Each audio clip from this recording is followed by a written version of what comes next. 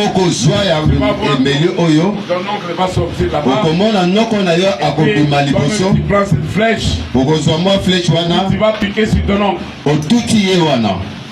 Amen. Amen. Alors toi tu prends la flèche, tu vas et puis tu piques sur ton oncle. Yo kozwa kaka eloko wana otuti na noko na yo. Tu apprends la bague et ton oncle est mort. Pe okoyoka sango kuna ke noko akufi. Non, c'est donc là c'est toi-même qui l'as tué. Mutabomi noko wana ezali yo moko. Parce que Satan azali na makoki ya kosala ngote. La clé du succès de Satan c'est le secret de ses agissements. Oyo esalaka atomba masatana ezali amibomba lolenge na ya kosala. Alors quand il veut t'amener à l'échec, soki alingi ke yo ozwate, il remplit ton cœur avec des pensées négatives. Akotondisa mayele na makanisi oyo nyonso ya mabe. Il remplit la peur dans ton cœur. Pe akokotisa kati ya motema yo kobanga. Plus que tu as peur, lolenge yo ozobanga. Parce que la peur est une croyance. Kobanga eza lolenge ya kondima. Et une croyance négative. Pe kondima moko ya mabe. Et la peur produit des résultats. Pe kobanga wana ekoya kobota bambuma na vie na yo. Nous crions que c'est Satan.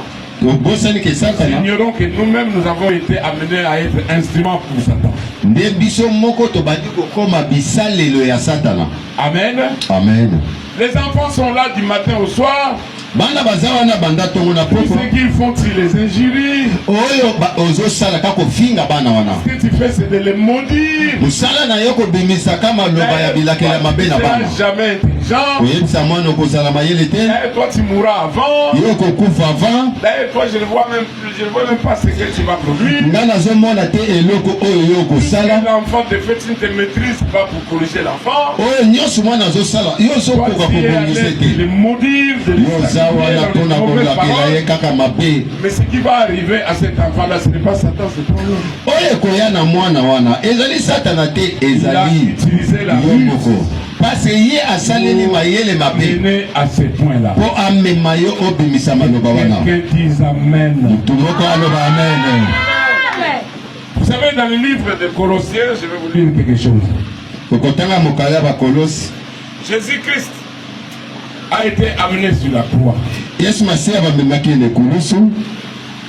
Et dans un état déplorable. Nous savons tous comment il a été tapé. Nous savons comment on l'a fait souffrir. Et jusqu'à ce qu'on l'a crucifié sur la croix. Quand bien crucifié, il avait le pouvoir. D'ailleurs, il a dit il pouvait appeler une légion d'anges et pour venir le secourir là où il était. Mais il a accepté de payer le prix pour toi et pour moi. Il a accepté de pouvoir porter la malédiction à ta place et à ma place. Il a dit, lui qui n'a jamais commis le péché, est devenu péché pour toi et moi. Il a payé ses prix. Mais regarde ce que dit ce verset. Colossiens chapitre 2 verset 14. Il a effacé l'acte dont les ordonnances nous condamnaient et qui subsistait contre nous. Et il l'a éliminé en les clouant à la croix. Est-ce que vous comprenez quelqu'un qui est crucifié?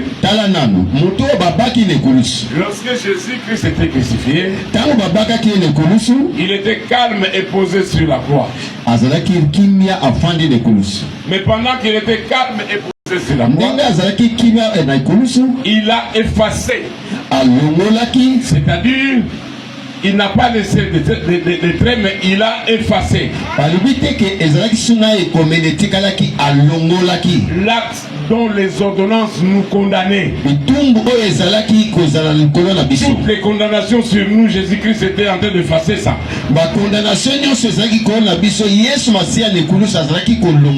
Mais quand il était sur la croix, personne ne l'a vu prendre un marteau pour clouer les choses sur la croix. Amen. Amen. La Bible dit qu'il a cloué ça sur la croix. Il a éliminé en les clouant à la croix. C'est-à-dire que les choses de Dieu se font dans un calme le plus profond. Aujourd'hui, certains hommes de Dieu, pour nous montrer qu'ils sont spirituels, ils doivent s'agiter pour qu'ils vous fassent voir que ah, l'Esprit de Dieu est avec nous. C'est comme ce que j'ai vu à la télé ou dans le net. Il y a quelqu'un qui dit bon, Kamataye, Tindekaye Namir, vous avez vu ça, n'est-ce pas? Et toutes ces agitations de Amen, peuple de Dieu. Amen.